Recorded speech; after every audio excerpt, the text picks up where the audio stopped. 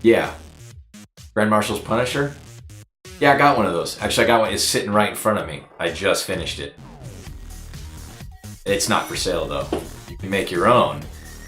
If you follow me and smash like on this video, you can make your own Grand Marshals Punisher. This is Mike, Zero Obstacles Cosplay. I got a two-parter for you. Part one, we're gonna build it out of basic materials, and part two, I'm gonna paint it.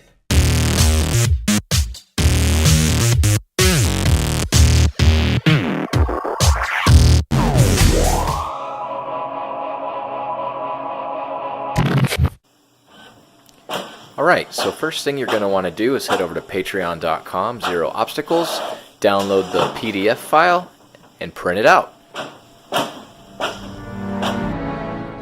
Your next step is going to obviously be cut out the patterns, trace them onto your foam, and then start cutting those out. Make sure you have a super sharp knife. I sharpen mine every 2 to 3 cuts, otherwise you get really nasty edges. To cut out the smaller detail pieces, I used a very sharp X-Acto knife. Once I had them cut out, I pinned the paper to the foam and used a ballpoint pen or a Sharpie to trace them out, then using the X-Acto knife again to cut it out of the 2mm foam.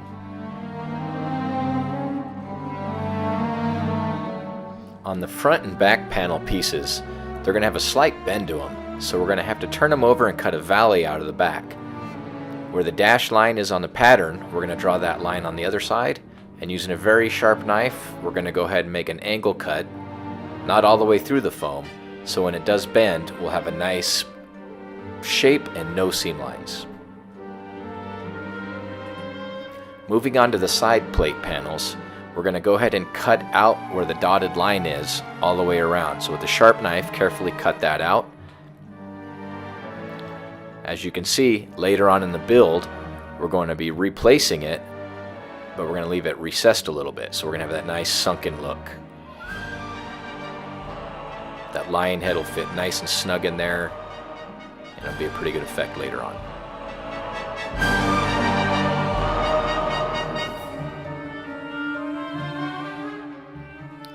One thing I forgot to mention earlier, we want to make sure and sand off all of the texture on the back side of these puzzle mat foams. For your base pieces, base A and B, you want to sand off all the texture. Your top cap pieces, all the texture. For the side plates and the front and back plates, we basically just want to sand off the parts we'll be gluing. After we get that done, we're going to cut the bevels on base A and base B and our top cap pieces. The dotted lines on the pattern represent where the bevel will be cut to. If you can't make it to the dotted line, just do your best with the 45. Make sure you use a very sharp razor blade and make a nice straight cut along the edge. So basically you're going to flip the piece upside down and hold the knife as steady as you can and cut along and get it as smooth as you can. Don't worry if you make mistakes, we can always take it down to the Dremel or get some sandpaper on it later. Once we glue them together, we'll clean it up again and we'll have a nice piece. Alright, the claw end of the hammer is probably the most technical thing we're going to be working on here. The directions tell you to refer to the video. So what we're going to be doing, there's 3 pieces. You've got 2 outers and an inner. What we're going to do is completely cut that middle part out of the outer pieces. Use a very sharp knife, get it as clean as you can. The cleaner you make the cut, the less cleanup you'll have later on. Once you get that piece popped out, we're going to try and make a slight recess in it. But you'll notice there's going to be 3 of them sandwiched together, so that's going to be a little too thick. We want to make sure and make it smooth on the back. So we're going to take a razor blade again. We're going to sharpen it as sharp as you can get it, or use a fresh one. And very carefully, please do not cut yourself here. We're just going to cut it in half. We only want half of it. So take your time, don't push it, keep your knife very sharp. If it gets dull, sharpen it. I cut around all the sides just to give me nice guidelines, and then I kind of laid it flat and sliced it safely to where my fingers wouldn't get caught.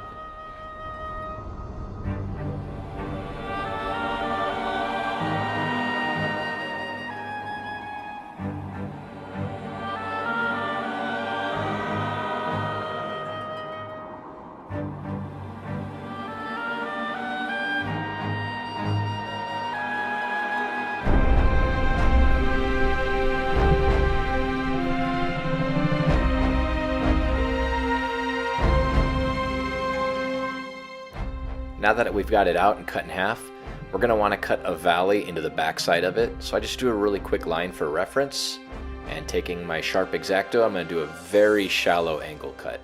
Very shallow. There's not much foam here to work with, so you don't want to go too deep at all.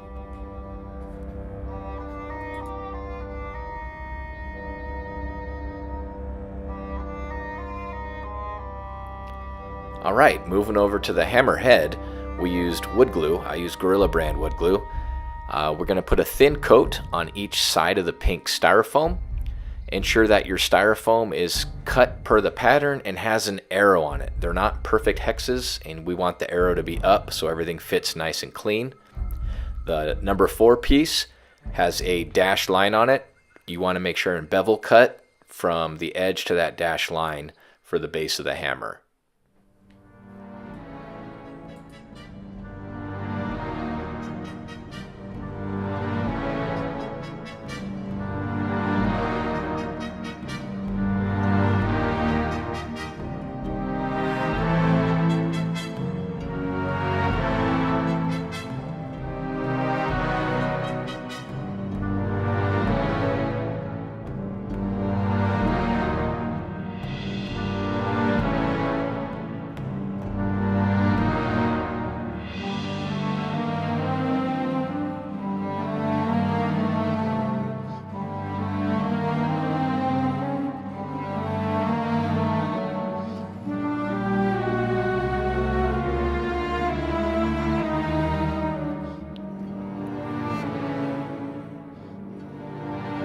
You can see here it's a nice thin coat. I'm spreading it out.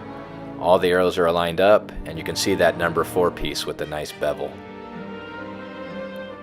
Now the last thing you want to do, get them all lined up, and then put something like a book or something on them to keep them together, and let it dry for 24 hours.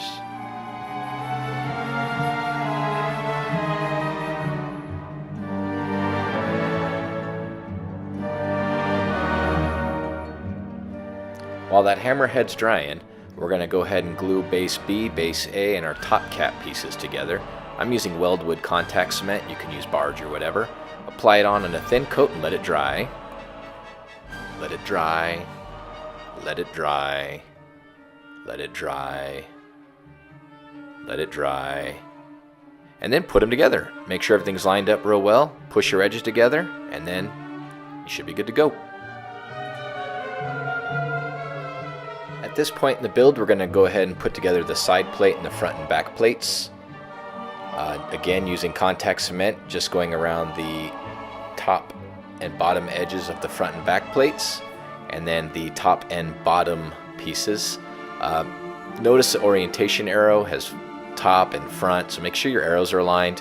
These are not perfect squares, it's more of a rectangle. And if you put it on backwards, you'll have to cut it off and try again. So make sure you get them on there nice and square. Make sure your edges are all lined up.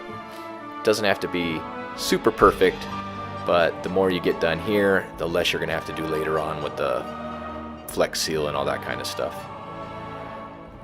You'll notice there are some grooves cut out of those front and back plates. That is to make room for the recessed parts that we cut out earlier. That's going to be something you're going to have to figure out on your own. Everyone's cuts are going to be a little bit different. So just get the one side put on, make sure the edges are as close as you can, and then flip it over and do the other side. Once that's all dry, we're going to go ahead and attach those side plates. The grooves I mentioned earlier should help you to set the depth of how far this will get sunk in. Do your best to make sure it is level all the way around. And then we're going to take hot glue and just put a huge bead around the inside, each edge, so all 4 sides. Pro tip, you don't have to do the whole edge at once. Just put some gobs. You can 4-point it basically. Once that dries, then you can go back in and hit it with a huge bead without worrying about burning your hand.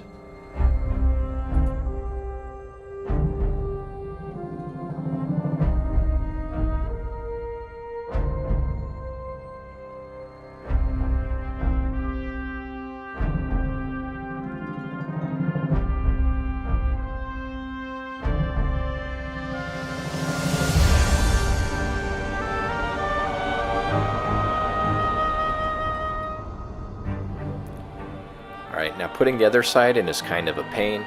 I put the handle in a little bit to kind of give it a little bit more weight, give me something to hold on to as I was working with it. And I ran a bead of hot glue around the side plate. You could run it on the inside if you wanted to. Either way, doesn't matter. It's going to be a mess either way you go. So I got it as close to the back edge as I could. I tried to spread the foam out as much as I could, and then I pushed it in. You can see how much glue is bubbling out. You want to do your best to get that down and in while the glue is still hot, and then go ahead and take the excess glue off. The faster you get the excess glue off, the easier it is to clean up later on. You can see I did not do so good getting it in on this video, and it ended up with kind of a mess. Don't worry about it though. You can go in later with a razor blade or the Dremel and clean it up, or you know, worst case scenario, you add more glue and make it look like a weld. So do your best, make it as clean as you can. You can even use contact cement if you're confident, if you got maybe another set of hands helping you out. But don't be afraid to experiment. I used hot glue for the sake of this tutorial, but whatever works for you. You can see where I'm at. I spent a long time doing this. I'm gonna edit most of it out. Oh, here we come with the knife. Yeah, good times. Moving on to the claw. Those claw inserts we cut out, we're gonna go ahead and draw on our pattern, and using a heat knife or a Dremel or whatever you got, go ahead and carve out those curly recesses. And for the big parts now, we're gonna go ahead and get it all glued together. The base of the claw, you can see those small pieces there. We haven't talked about those yet. The claw bases, you need 2 of them, and we went ahead and beveled those on the belt sander. You can use a Dremel, you can use a blade, but those are basically going to square up to the hammer itself and then fade into the claw. So you want to go ahead and get those cut. Then again, using contact cement around the edges there, just get everything glued up nice and tight.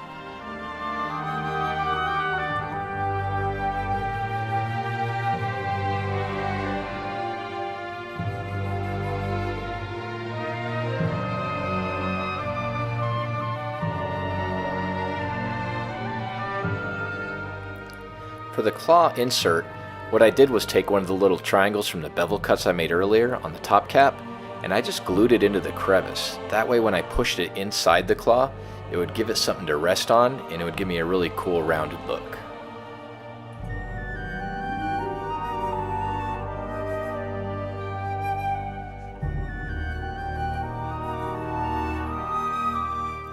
So working one side at a time, we're putting our claw insert inside there, got it all glued down nice and good.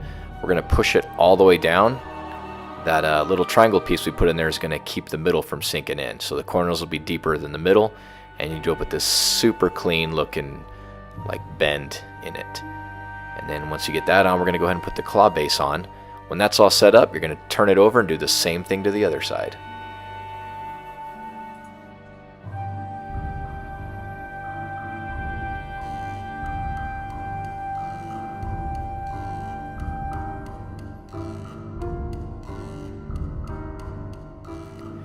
Alright, your hammerhead should be dry, so we're going to go ahead and cut out the pattern one step at a time. You want to do like basically what I did. You can see I cut out the inside parts of the lion, I set them on top of the hammerhead, and I would draw those on with a Sharpie and fill them in, and then I would cut out another piece and set it on top. So I'd work from the inside out, cutting out this pattern. We only need to use the pattern once to do the end, so don't worry about ruining it too much. I did keep all my pieces so I could put them on and move it around and clean it up later on. Before I got to this point, however, I got you could go ahead and take like a sanding stick or a sanding block and smooth up that pink styrofoam, because you will have some seam lines. The glue will slide, who knows. So just go ahead and clean it up, make everything nice and smooth for yourself, and trace out that big beautiful lion pattern.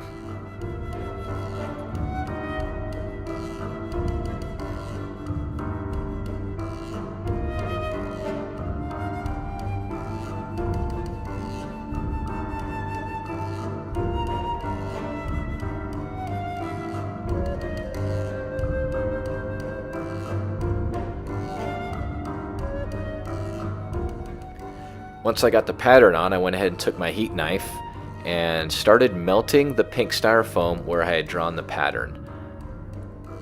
I found this gave me a very worn and hammered texture, a little bit better for the end of a hammer than a super clean cut texture. It's not a brand new hammer. The other method you could use is to cut this pattern out on some 2mm or 4mm foam and then glue that with wood glue to the pink styrofoam if you don't feel like using a heat gun and giving yourself cancer. But whatever works for you, do what you like. I went about a 1/8 of inch to a 1/4 inch deep, somewhere in that area, and I'm kind of happy with the effect I got. But go ahead and experiment, see what you get, see what it looks like. If you make one that looks better, put it in the comments. I want to see it.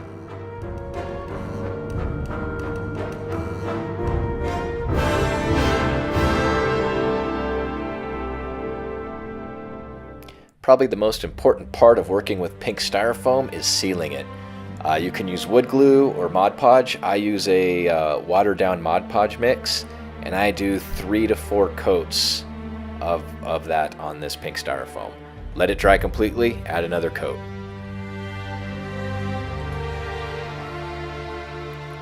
Next thing we want to do while we're waiting for everything to dry again is go ahead and sand all of our bits down and heat seal them. So I'm using a combination of 180 and 220 grit sanding sticks on all my edges and corners, and then I'm taking my heat gun and hitting those same edges to seal up the foam. I get it pretty hot and then I'll rub it with my fingers and you get a very smooth surface. Makes sealing it and painting it a lot easier.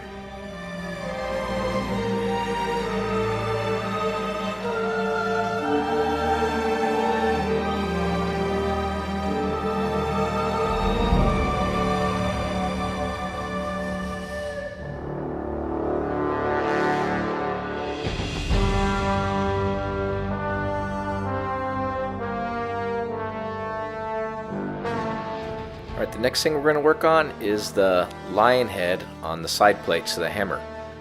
Using the same technique we used for the hammer head, we're going to go ahead and cut out the patterns and then trace them onto some styrofoam. I think I use like a 1 or 2 mil styrofoam here. And we're going to need 2 of each. So go ahead and do that. And then what I did was take that same pattern and place it onto the hammer and trace it out one more time, so I knew where to glue them. It might not fit exactly. Remember, you gotta flip it around, play with it. You just kind of want to get it as centered as best you can. When you do glue them on, you'll be able to move them. But I just trimmed it up so it fit inside there a little bit better. And you can see here again, the inside was cut out and traced, and then I went ahead and traced it on there. And I didn't throw out any of the pieces till I was 100% done.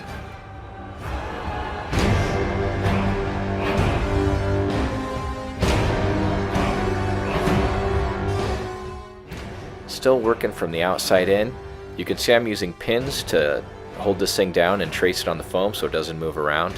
And I'm going to go ahead and do the same technique until I have both lions complete on the hammer base and on the foam.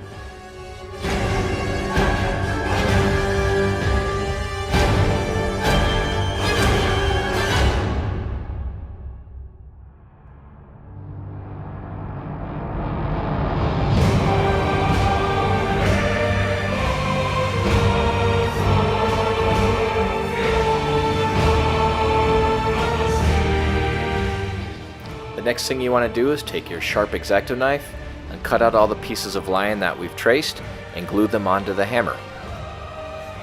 For the sake of time, I've already put the contact cement down, but this is basically real quick.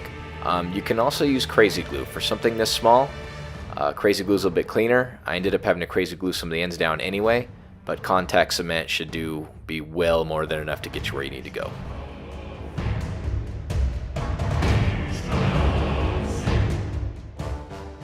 For the sake of this tutorial, some things are out of order. Through the magic of editing, the lion is gone. Basically, the hammerhead base that you're seeing there, those two 10mm gray foam pieces attached to the pink styrofoam, are going to sit right there, but you can see there's a slight gap. So what you need to do is measure that angle, and then we're going to cut that in reverse so it'll fit like a glove. Another set of hands would be helpful here. have someone hold it while you measure it. You want to make sure it's pretty level and look at it. Basically, I just held it off to the side and kind of marked with a pen. And then I went ahead and I just kind of eyeballed all the way around so I could cut that out with a sharp knife. It didn't have to be super perfect because I knew I was going to use Flex Seal to fill in the gaps and a whole lot of glue to get that thing attached.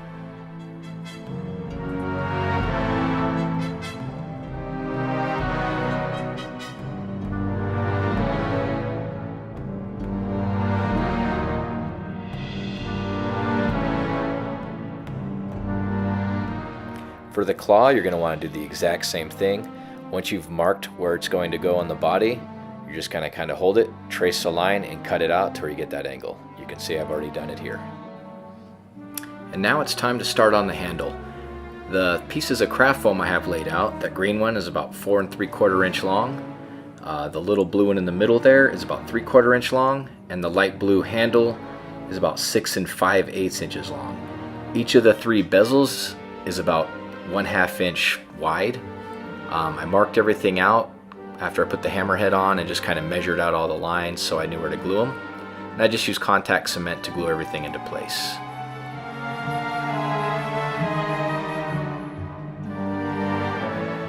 At some point in the build, you're going to have ends that won't stick too well, even with the contact cement. It's just the nature of the foam. Go ahead and grab some crazy glue or some Bob Smith or some super glue, whatever brand you like, and without gluing your fingers to the foam, go ahead and get it in there, and the crazy glue will actually hold it pretty good. It'll also make it really strong. Our next step is going to be get base A and B glued together and get the claw glued to the hammer.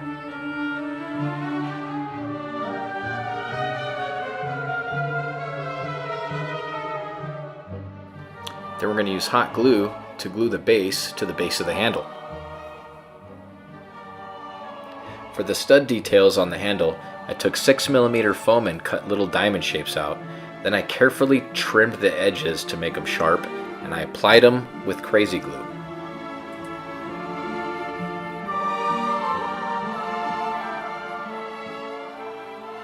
For the handle portion, we're going to take the hot knife and basically just carve out a spiral all the way down.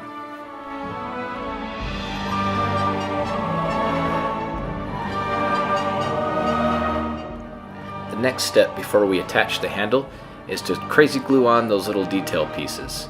You've got 2 small ones that should be centered on the handle and 2 larger ones that should be centered on the green portion.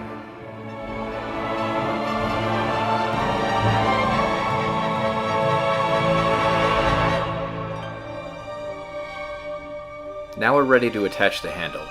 Pull it out a little bit so you've got some PVC exposed. Apply a bead of hot glue around the base and another bead of hot glue around the hole in the top and push the handle through. Then you're going to hot glue the top cap on and spread the glue out so you don't have big mobs on it. For the hammerhead, we're going to apply a healthy, generous coat of contact cement, like coats and coats of contact cement. We want a lot on there. It's not a good surface. Then we're going to hot glue it. So we're going to have double glue on there. As much hot glue as you feel like you need, and get it on there, hold it. And ladies and gentlemen, you now have a built hammer. The last thing we need to do is apply Quick Seal to fill in all the gaps. So get yourself a paper towel, a jar of water, and some Quick Seal, and you're going to apply it generously into all the little gaps and cracks and seals that you want to fill up. Any needle holes you might have made, we can get that in there. And the nice thing is with this, you can just get your finger wet and kind of smooth it out. There's no sanding required with this, and you can paint right over it. Plasti Dip goes real well on top of this stuff. So make sure you go over the whole thing. I just recommend starting on one end and working your way around. Don't try and do too much at once. It does take about 24 hours to set up, so you don't want to screw up the work you just did. So take your time, do a little bit at a time, do one end at a time, and then let it dry for a day. If you really want your Plasti Dip to work, boil some water, and then transfer that boiling water into a bucket. You never want to put your Plasti Dip in direct contact with the heat on the stove. I recommend boiling the water, transfer it to a bucket, and then set it in there. I don't put too much water in. I don't need it to float. I want my can to stand up, and let it sit in there for about 15 minutes. This is where I would show you how I'd plasti dipped, but I didn't record that. Instead, I recorded this. Stay tuned for part 2 where we paint it. Like and subscribe.